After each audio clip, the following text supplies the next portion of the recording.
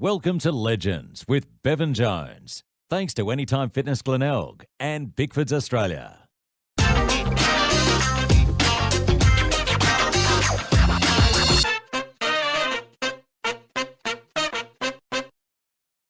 Well, g'day and welcome to another edition of Legends with Bevo, the show where we chat to past and present sports people, entertainment icons and people doing great things in the community. And today, well, what a pleasure. We're down here at MFS headquarters, and of course the bushfires around Australia have affected everyone. It's been nothing but traumatic, but we have seen some great stories of true Aussie spirit, and today is no exception. We're joined by a man who is a commander of the SA MFS North. He's been in the MFS for 33 years, was actually involved in fighting the Cudlee Creek fires recently, and he also played 68 games of league footy for the Dogs, was actually involved in the 1982 Cup squad, and as he tells me as well, likes to mention that as an under 17-year-old, he was part of the All-Australian squad for the under 17s for SAMFS. His name's Bob Fraser. We're going to have a chat to him. Let's go up and talk to him now. Well, as I've mentioned, we're chatting today to a man who's been in the MFS for 33 years. He's the commander of the South Australian Metropolitan Fire Service in the North. Rob Fraser, great to have you on Legends with Bevo. Thanks, Bevo. Absolute pleasure to have you on, mate. Now, obviously, on a serious note, the fires have been terrible in recent times around Australia and sadly within South Australia as well. The Cudlee Creek fires, Kangaroo Island, you name it, there's been happening left, right and centre. And you were involved with the Cudlee Creek fires a couple of weeks ago. Talk us through your experience of that. Well, I'd have to say, Bevo, that it was the fiercest, most complicated situation I've been confronted with in my 33 years in the job. Normally we deal with urban, structural fires, car rescues and this type of event with road accidents, etc. But going to a situation like we were confronted with when we hit Lobethal, where the fire was hitting the town, the fire front was hitting the town on the western side as we were approaching and coming into the town, when you see everything on fire and then trying to determine what course of action you can take to be the most effective you can with what you've got. With fire all around you, above you, it was, I'd have to say, the fiercest, scariest 15 minutes in the initial stages that I've ever experienced. And in that context, when you look at what the CFS volunteers do on a regular basis with these types of fires, I'm in awe of their contribution to the community and how heroic in the courage that they display. Yeah, you've led me to my next question, because there's been so much talk about them lately and whether they should be getting paid, and I certainly think they should be, or at least, especially when they're taking time off work and this sort of thing. But what do you think makes them so selfless and, amazing in what they do?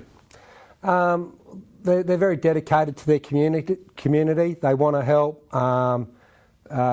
They probably get great satisfaction from helping save properties and lives, and that's what the emergency services are there to do, to save lives, property, the environment, the economy, and we're all working to the same aim there, and we support the MFS, support the CFS as much as we possibly can, and we're developing our capability in that area continuously.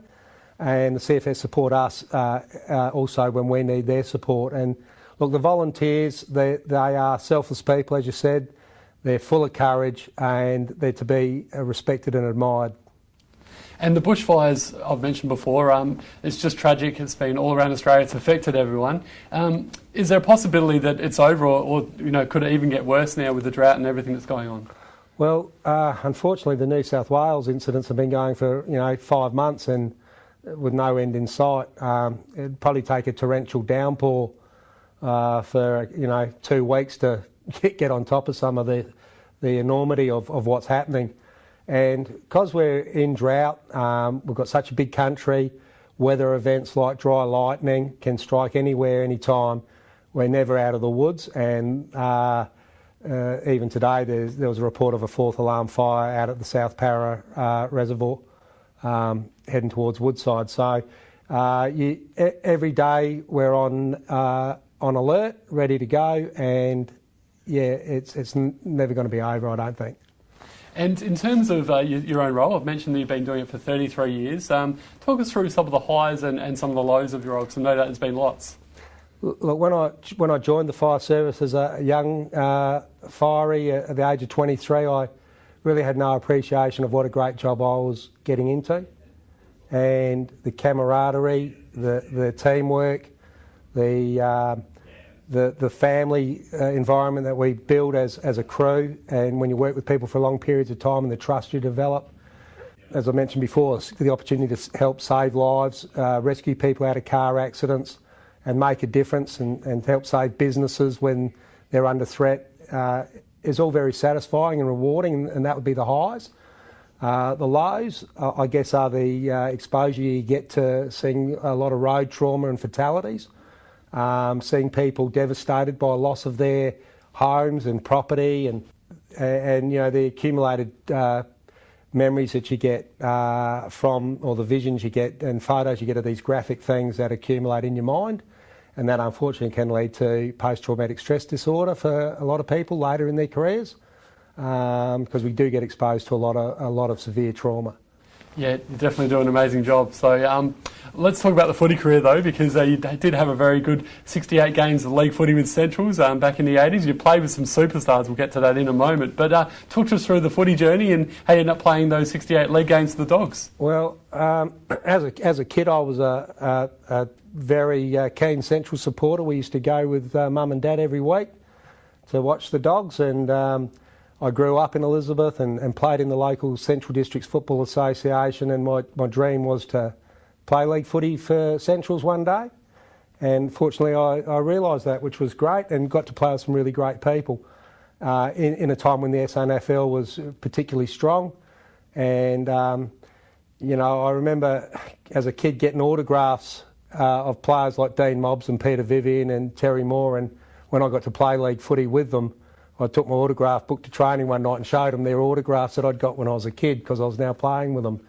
And, I still support Centrals, and my lad plays there in the under-18s. And, it was a great period in my life. I probably wish I'd applied myself a bit better to make more of it. Now, 1980, you were a part of the Till Cup squad, which is terrific. And because back in those days you mentioned it was so tough playing footy in South Australia and there was so much competition, you played with some of the greats, Six Kernahan, Johnny Platten, who I've had recently, and he's a good mate of yours as well. But talk us through playing with those sort of guys and some of the big names that you played with. Well, look, I've got to say I was a little bit lucky to get picked in the side to start with, because the coach was Alan Stewart, who was a Central Districts under 19 and under 17 coach, and he eventually went on to coach their league side in the 90s. And Alan saw me play every week, so he knew I could play.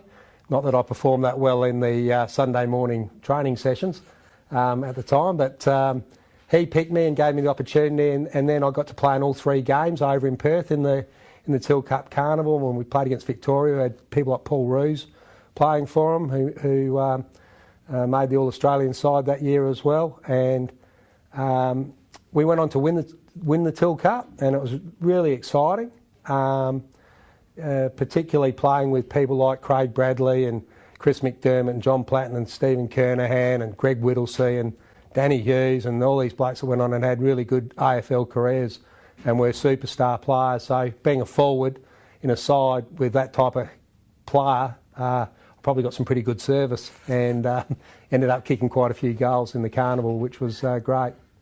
Is there sort of regret there that you couldn't take your career further and maybe play in the VFL or now AFL?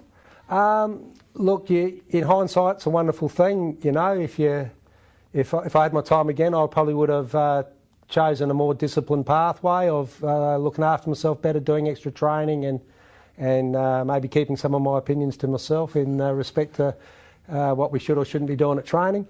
But look, it is what it is. I thoroughly enjoyed my opportunity that I had, and for young guys these days, if you want to make it to the top, you've got to do everything right all the time.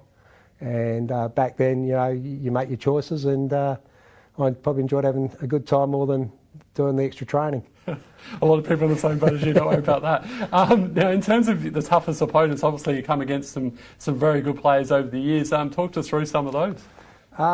Look, there were some really gun full backs, because I used to play a fair bit at full forward, and they were all really tough people like Craig Barham and Craig Williams and Brooksby from South Adelaide, all these big guys. Benny Harris from Port Adelaide, he was a man mountain that would just run past you while you're on your lead, and he was a star.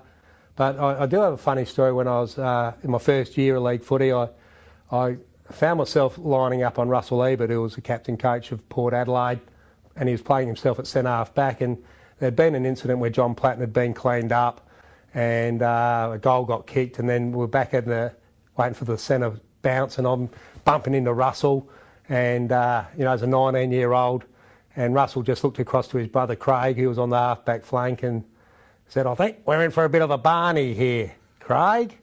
I reassured him I was only doing it for the effect of the crowd, and had no intention of getting into a scuffle with the great man. But we used to get really good crowds there. We played in front of a record crowd at Elizabeth against Port Adelaide with nearly 17,000 people back in the 80s, and it was fantastic times. Yeah, it's a shame that we don't get those sort of crowds these days, isn't it? But we can only hope one day that might change. In terms of the teammates you played with, you mentioned before some of the guys like your Bradleys and your Kernahans and these sort of legends, but who are some of the funniest teammates you played with and why? Well, look, one of my best mates in life is Jamie Thomas, and we used to have a lot of laughs together. Derek Kickett played there in his juniors before he went back to WA and then returned in the late 80s. And he was a real character who I was good mates with when we played in the under-19s premiership side. The captain of the under-19s back those days that played a bit of league footy, Brendan Maguire, was a champion bloke, just good people to be around, fun people that, like to laugh, and they were good mates. And your Wilbur Wilsons, who were entertaining on the field and off the field. And then a funny story where Gilbert McAdam, who arrived at the club in 1988 with his boots tied up around his neck, and he walked up from his mum's house in Elizabeth Park and asked if he could have a run on on a training. "Can I have a run?" he says, and "Come on out, let's have a look at you." And he won the McGarry medal the next year. So that was a pretty good person to have walking in the door, and he's a real character too, Gilbert. Yeah, I love watching him on Channel 7 as a boundary rider. He's just fantastic. So, yeah, one of my favourites. And also, obviously, after the footy career, went on and had a good career in the Barossa League as well. He kicked 100 goals, you were telling me off there the other day. Talk us through playing in the Barossa League and what that was like now and what it's like these days. Yeah, well, look, in the late 80s, early 90s, the Barossa was a really strong comp, and it still is.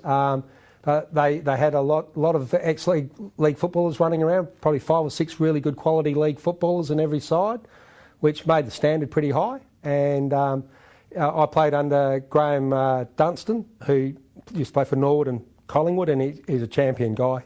People would have done anything for him. He's a great coach, a great person to play with. And unfortunately, the 100 goals was one thing, but we lost the grand final that year, so it sort of ended in disappointment. But I really enjoyed my time playing in the Barossa Light and Cooler Football League. Well, Rob Fraser, it's been an absolute pleasure having you on Legends with Bevo today.